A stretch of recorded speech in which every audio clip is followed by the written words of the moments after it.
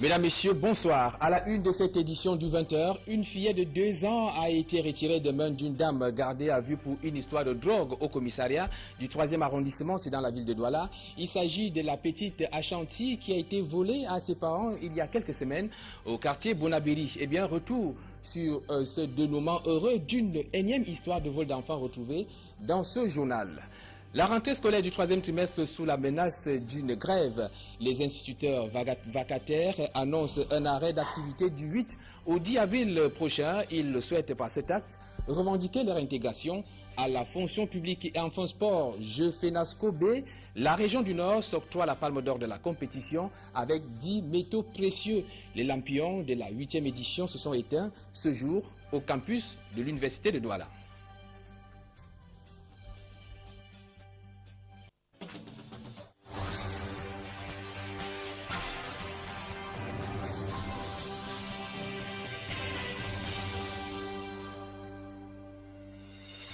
Eh bien, ouvrons cette édition d'information par cette bonne nouvelle pour les parents de la petite Ashanti âgée de 2 ans seulement. Eh bien, l'on se souvient qu'elle a été dérobée à ses parents il y a quelques semaines au quartier Bonabéry. Eh bien, elle a été retirée des mains d'une dame gardée à vue pour une histoire de drogue au commissariat du 3e arrondissement. Retour sur ce dénouement heureux d'une énième histoire d'enfants volés retrouvés dans la ville de Douala avec Samuel Tchoufa et Flavien Valondongo.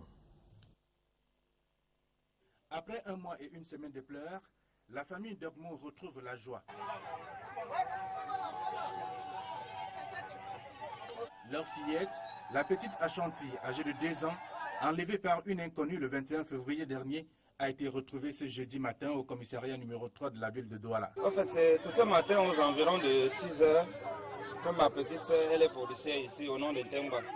Elle m'a appelé. Je suis venu donc, elle m'a amené au poste là-bas chez eux. J'ai retrouvé qu'il y a un enfant ici, Ashanti. Elle a retrouvé Ashanti entre les mains d'une dame. Selon des sources, la présumée voleuse de bébés, écrouée dans l'une des cellules de ce commissariat depuis 2 jours, avec l'enfant enlevé, s'y trouve pour une affaire de drogue. Et c'est de là que la petite est vue reconnue par une de ses tantes policières qui n'a pas hésité à alerter les parents. Dès leur arrivée, la présumée voleuse d'enfants est passée aux aveux complets. Elle dit que c'est parce qu'elle n'a pas d'enfant. Et on a demandé si elle était stérile. Elle dit non, elle n'était pas stérile, c'est juste parce qu'elle n'avait pas de mari. C'est pourquoi elle a amené l'enfant. Le public de Bonabéry n'est pas resté indifférent. Chantons Alléluia, le Seigneur est vivant.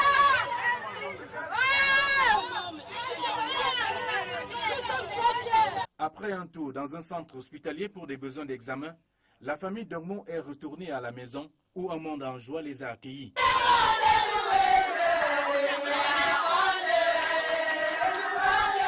Pour le bon travail effectué, la chaîne du peuple a été honorée par une foule reconnaissante. Et je remercie grandement la grande famille Equinox parce qu'ils m'ont donné un grand soutien. Merci Equinox.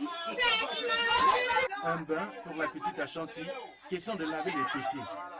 Dans cette joie, les parents se sont souvenus des actions qui ont été menées pour retrouver l'enfant enlevé. On fait la prière le matin, le soir, ainsi de suite, ainsi de suite. Donc on n'avait pas perdu vraiment d'espoir. On avait tout confié au Seigneur. Même les marabouts, bien sûr, même les marabouts. Il est bien vrai, chacun a fait sa part. J'ai vraiment cru en Dieu. Le phénomène d'enlèvement des enfants plante toujours. Un appel à plus de vigilance de la part des parents et des mises. Dénouement heureux également pour l'affaire de ce jeune réalisateur enlevé par des inconnus à Yaoundé. Il s'agit de Richard Djimeli qui va passer ce soir sa 2e nuit à l'hôpital de la Caisse nationale de prévoyance sociale. Interné depuis hier, le réalisateur du film 139, Les Derniers Prédateurs, est sous haute surveillance policière. L'accès a été refusé à quiconque qui souhaitait lui rendre visite ce jour, y compris les membres de sa famille. Les médecins n'ont pas encore décidé de ce qui sera fait de son auriculaire qui a subi une fracture. Eh bien, depuis la disparition de Richard Djimeli, il y a eu une forte mobilisation, notamment de la part de l'ADEC. L'ADEC qui est donc un mouvement de défense des droits des étudiants de l'université de Yaoundé 1. Marcelin Garçon. L'enlèvement de Richard Djimeli était sur toutes les lèvres ces 10 derniers jours. Au premier rang des personnes marquées, les membres de sa famille. Ils ont perdu le sommeil en apprenant que Djif était introuvable et que sa chambre avait été scellée par le directeur de la police judiciaire. Ils ont multiplié plaintes et prières dans l'espoir qu'il soit retrouvé vivant. Les membres de l'ADEC ont également été au four et au moulin depuis la disparition de leurs camarades. Nous avons premièrement alerté toutes les autorités, notamment les responsables de l'université, puisqu'il est étudiant. Et nous avons communiqué avec toute la communauté estudiantine. Nous avons sorti une déclaration pour interpeller le silence des pouvoirs publics qui semblent déjà être coupables. Et par la suite, nous avons appelé à la mobilisation de tous les étudiants, tous les citoyens, pour que Richard puisse retrouver la liberté. Il nous semble très important d'interpeller le pouvoir public afin que cela cesse, parce que ça n'honore pas notre pays. Richard Djimeli Fofié est le réalisateur du film 139, Les Derniers Prédateurs, dont il est également l'un des principaux acteurs. Boris Talom et Alain Bomo, qui ont joué à ses côtés, ne comprennent pas ce qui dérange dans ce film. C'est d'abord une fiction, et c'est une investigation journalistique dans un pays appelé le Chimpanse, où deux journalistes arrivent et veulent savoir pourquoi l'excellentissime, le grand Papandème fait 139 ans au pouvoir. Je ne voudrais pas qu'on incrimine qui que ce soit. Ce film a eu le visa du ministère de la Culture et qu'on laisse cette femme faire son travail. Le film en lui-même ne retrace rien, n'a pas de complot, parce que depuis on nous parle d'un complot pour démanteler le pouvoir, pour déstabiliser le pays.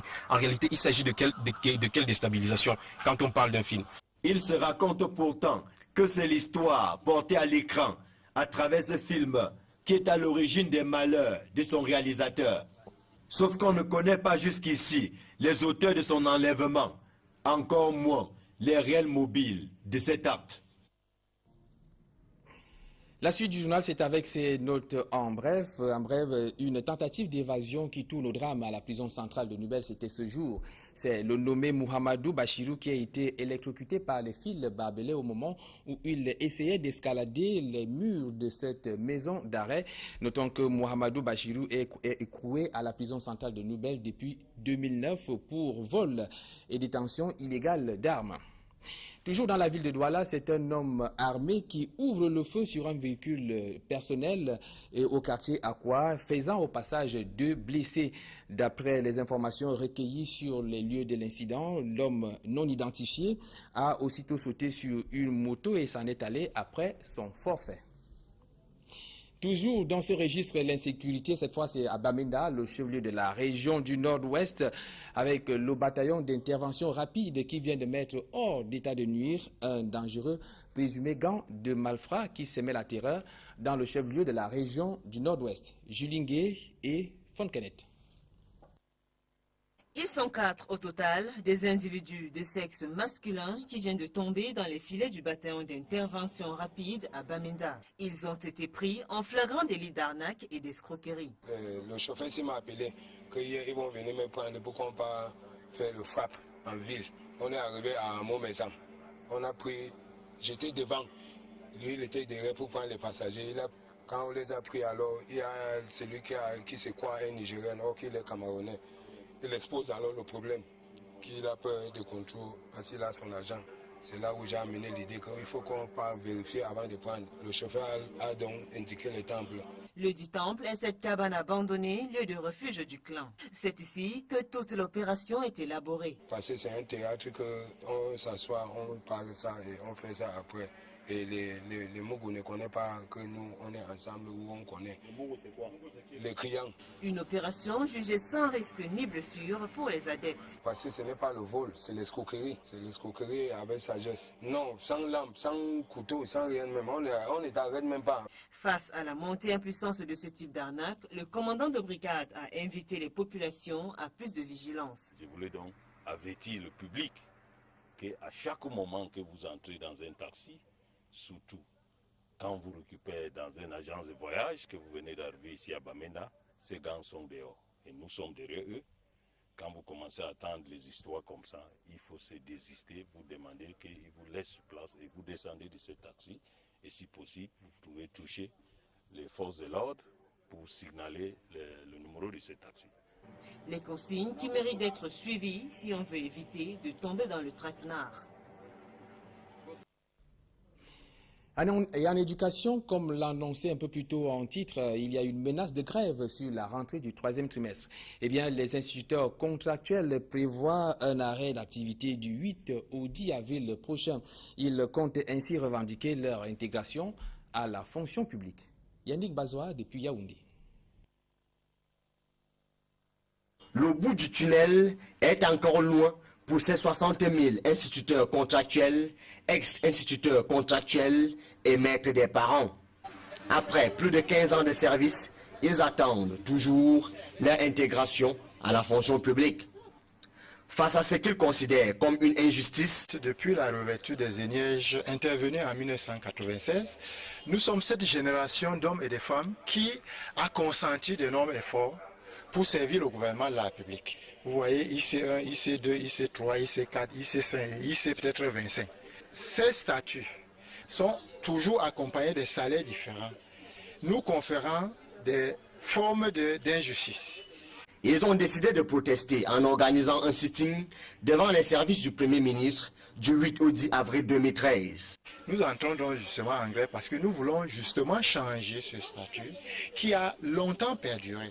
Nous voulons passer fonctionnaire pour avoir ne serait-ce qu'une retraite heureuse. Parce que jusqu'ici, on n'a rien. Créé en 2011, le comité ad hoc, après 6 sessions, n'a toujours pas trouvé une issue favorable à leur situation. Je peux dire que le comité ad hoc a accouché, comme on dit, la montagne a accouché d'une souris. Rien n'a été productif. On nous a servi rien que du dilatoire, rien que du mépris, rien que des formes d'injustice. Et pourtant, lors de la réunion du 5 février 2013, à laquelle ont participé toutes les parties prenantes, le gouvernement avait accepté contractualiser les instituteurs vacataires. 2 mois après, ils attendent toujours. La suite du 20h, c'est avec la consommation d'aliments à base des produits phytosanitaires et d'origine douteuse et dangereuse pour la santé. Le ministre de l'Agriculture et du Développement rural tire la sonnette d'alarme.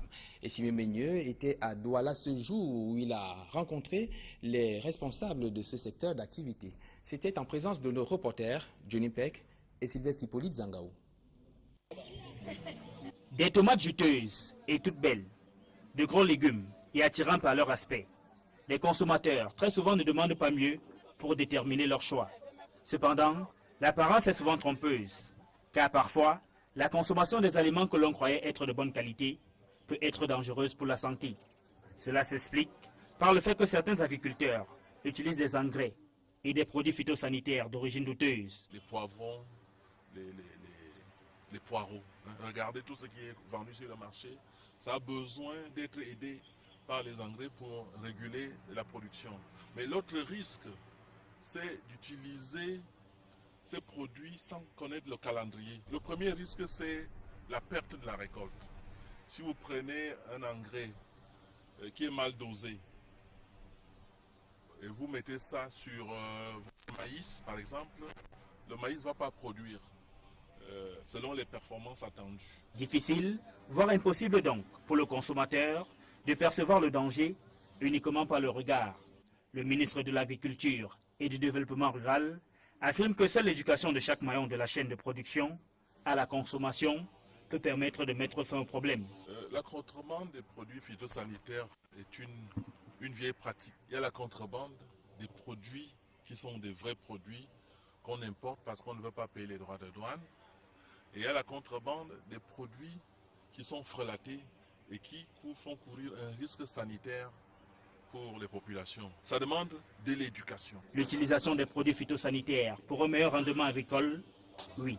Mais surtout, le choix de produits de qualité pour préserver la santé du consommateur, prône le ministre de l'Agriculture et du Développement rural.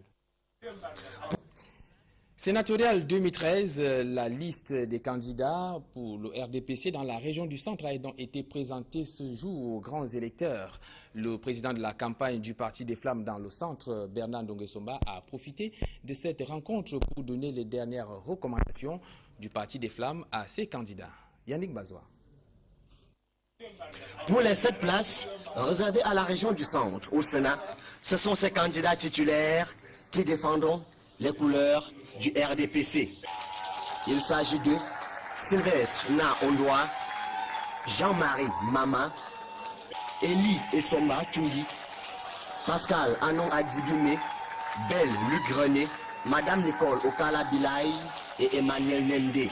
Depuis mercredi 3 avril 2013, ils ont eu le quitus du président de la commission régionale de campagne dans le centre Ndongo Essomba de convaincre les conseillers municipaux. Conscient des difficultés que connaît la région du centre, la région du centre a besoin de dispensaires, d'écoles, de routes, d'adduction d'eau. Notre rôle est d'aller défendre au sein du Sénat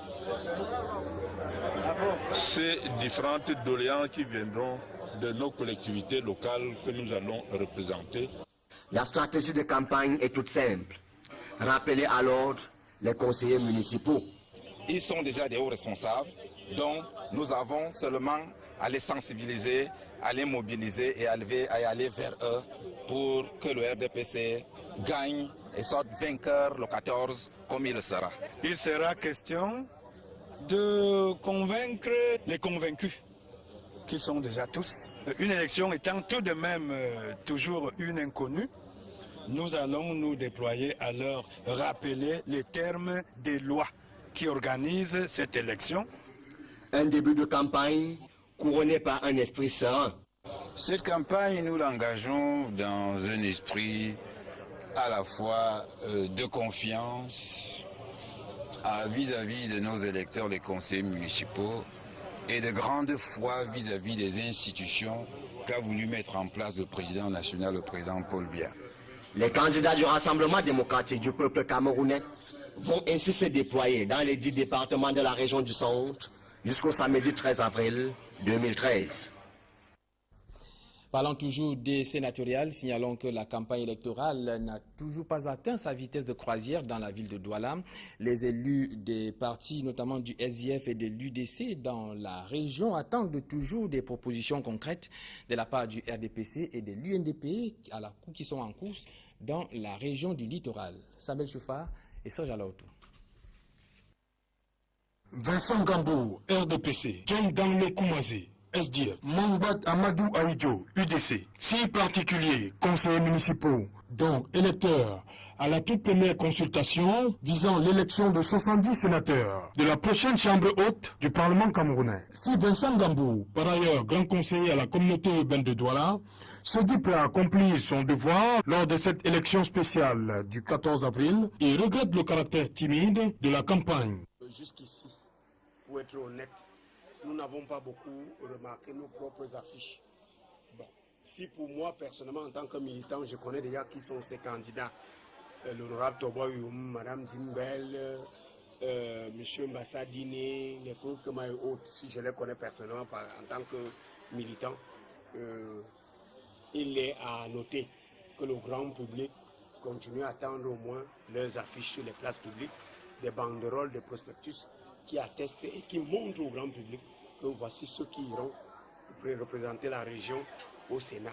Dans le cas où la principale force de l'opposition camerounaise, SDF, bien que hors course dans le littoral, John Danlé Koumaze, maire SDF de Douala 4e, aurait souhaité s'abstenir, mais la loi le lui interdit. S'il y a quelque chose que je n'ai pas bien cerné, je n'ai pas bien compris, c'est cet article de la loi qui est impératif. Tout conseiller municipal est obligatoirement appelé à voter. C'est une loi que je dis que ce ne donne pas la liberté d'expression de la démocratie à ce qui concerne ces élections. Nous pensons qu'après ces élections, nous allons revoir cet article. L'UDC, elle aussi, ne sera pas dans la course pour ce qui est de la région du littoral. Mais Mambat Amadou Aïdjo a le cœur à l'ouest, où son parti présente une liste. En tant qu'électeur à Douala, il attend toujours d'être convaincu par les protagonistes RDPC, UNDP. Je dois dire qu'étant conseiller à Douala 2e, notre conseil comporte l'UNDP et le RDPC. Nous, on voit comment les deux partis se comportent au conseil municipal. Mais je dois dire que je n'ai pas trop réfléchi puisque jusqu'à présent, aucun mandataire, aucun candidat d'aucune liste n'est encore venu me voir, au moins pour m'expliquer leur programme. Encore quelques jours donc pour convaincre conseillers municipaux, ils ne demandent que ça. L'arrêt des inscriptions sur les listes électorales est une violation de la loi, c'est du moins l'avis de quelques partis de l'opposition, tandis qu'au sein du RDPC, il s'agit plutôt d'observer la décision portant prorogation du processus des inscriptions en date du 29 mars dernier. Je propose dans le reportage qui va suivre les regards croisés des deux partis politiques et même des hommes de droit. C'est un reportage de Jean-Paul Chouniat.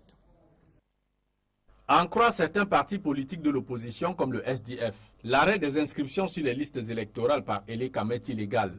L'organe en charge des élections au Cameroun a violé les textes fixant l'échéance des enregistrements du 1er octobre au 31 août. Tous les Camerounais sont parvenus parce que les élections avaient démarré le 3 octobre 2012 et étaient en dehors de la période légale prévue. Et comme ça ne suffisait pas, même le chef de l'État n'a cru beaucoup les gens à que le 31 au soir. Pour Elimbi Lobé, conseiller municipal à la mairie de Douala 5e, il ne revenait pas à Elekam d'arrêter le processus d'inscription le 29 mars dernier. Article 175, les inscriptions dans cet intervalle de janvier peuvent être closes si le chef de l'État. Les inscriptions sont closes. Le chef de l'État que le corps obéit à quelle disposition juridique? Du côté du parti au pouvoir, ce débat n'a pas sa raison d'être. Elekam a simplement exécuté la décision du président de la République sur la prorogation des inscriptions sur les listes électorales.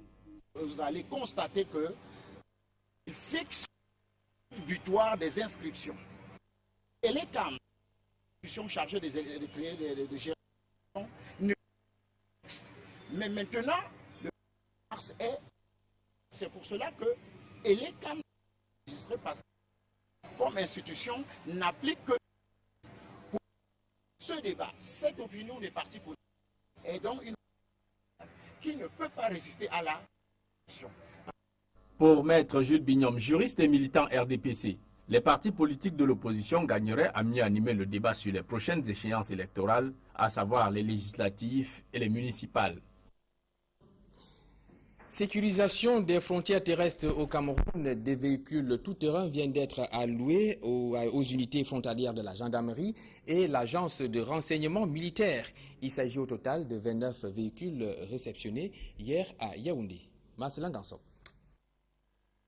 Que ce soit à la frontière avec le Tchad, la Guinée équatoriale, la République centrafricaine ou le Nigeria, notre pays n'est pas à l'abri des attaques qui prennent souvent les éléments de nos forces de défense de court.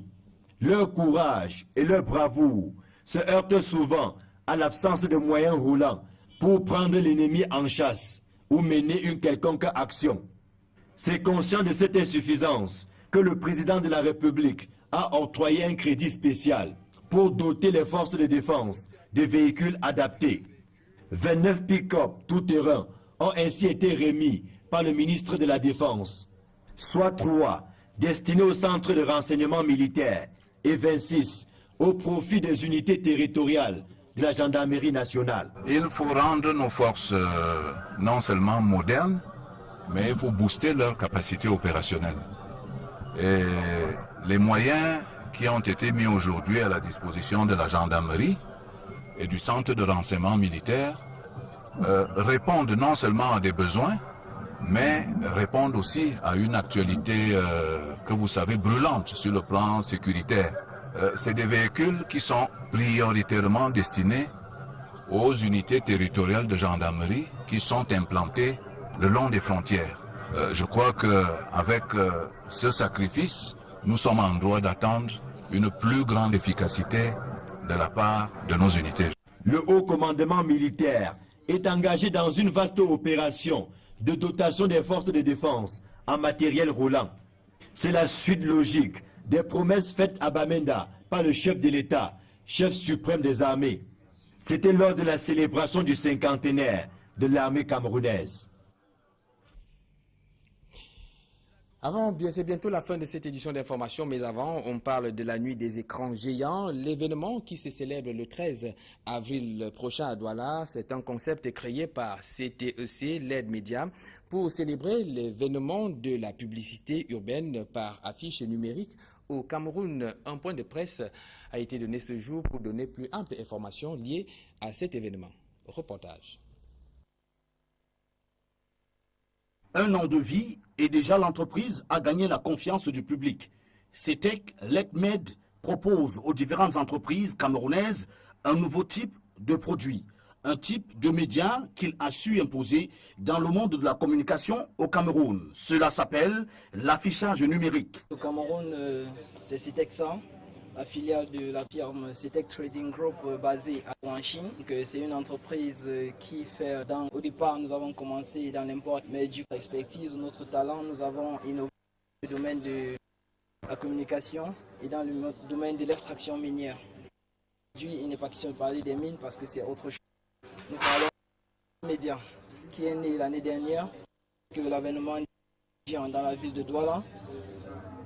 Média, une filiale de CETECSA Cameroun, qui est une filiale de CETEC Trading Group basée en Chine. L'occasion de ce jour est donc d'annoncer l'événement organisé par CETEC LEDMED et qui se veut être une plateforme d'échange d'idées entre professionnels de la publicité et les entreprises afin d'offrir des solutions plus innovantes dans leur stratégie de déploiement. La nuit des écrans géants, c'est un événement qui célèbre l'avènement de ce nouveau type de média au Cameroun.